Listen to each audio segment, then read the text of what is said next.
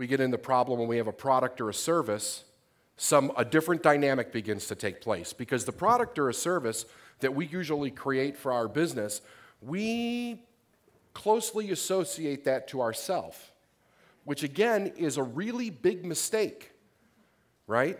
Because it doesn't have a whole lot to do with you except from the understanding that it flowed through you, but it all comes from the same source. We think, well, I created it, so look at how great I am. You didn't create anything. It came through you, right? The value of a product or a service is really created by what it has the potential to do in the customer's life. But a lot of you are charging based on what you're comfortable asking for, instead of what it can do for another individual. Like, I could show a person how to go over $1 million just like this, right? So I could easily say it's $1 million to do that. And if you were coming from a pure economic level, it would make total sense, because once I teach you, you don't need me anymore. And you can go and do it over and over and over and over and over again.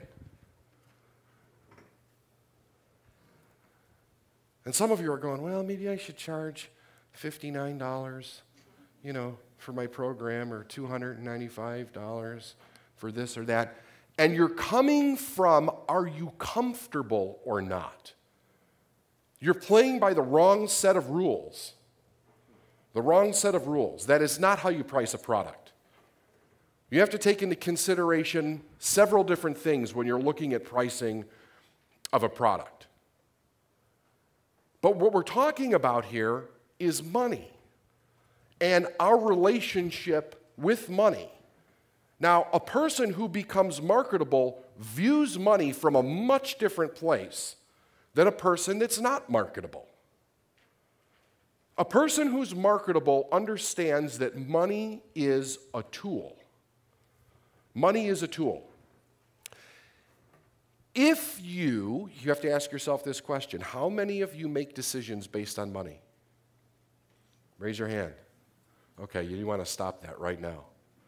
You do not ever want to make a decision based on money again, because money is your God.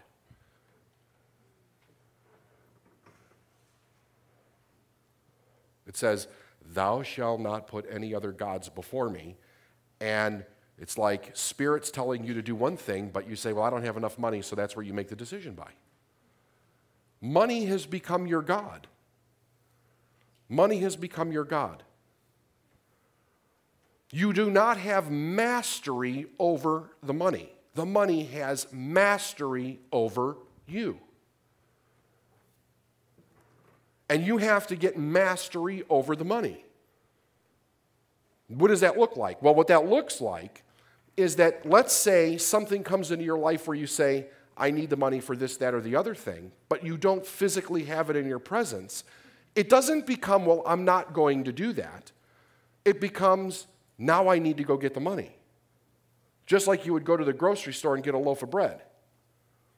If you had a bunch of people coming over for sandwiches and you had lunch meat and cheese and this and that and whatever, but no bread, you wouldn't say, well, sorry guys, I'm not going to feed you, I don't have any bread. You'd go to the store and get the bread. It's the same thing with money. If you've got opportunity to do this, that, or the other, and you don't have the money, it's okay, now I'm going to get the money.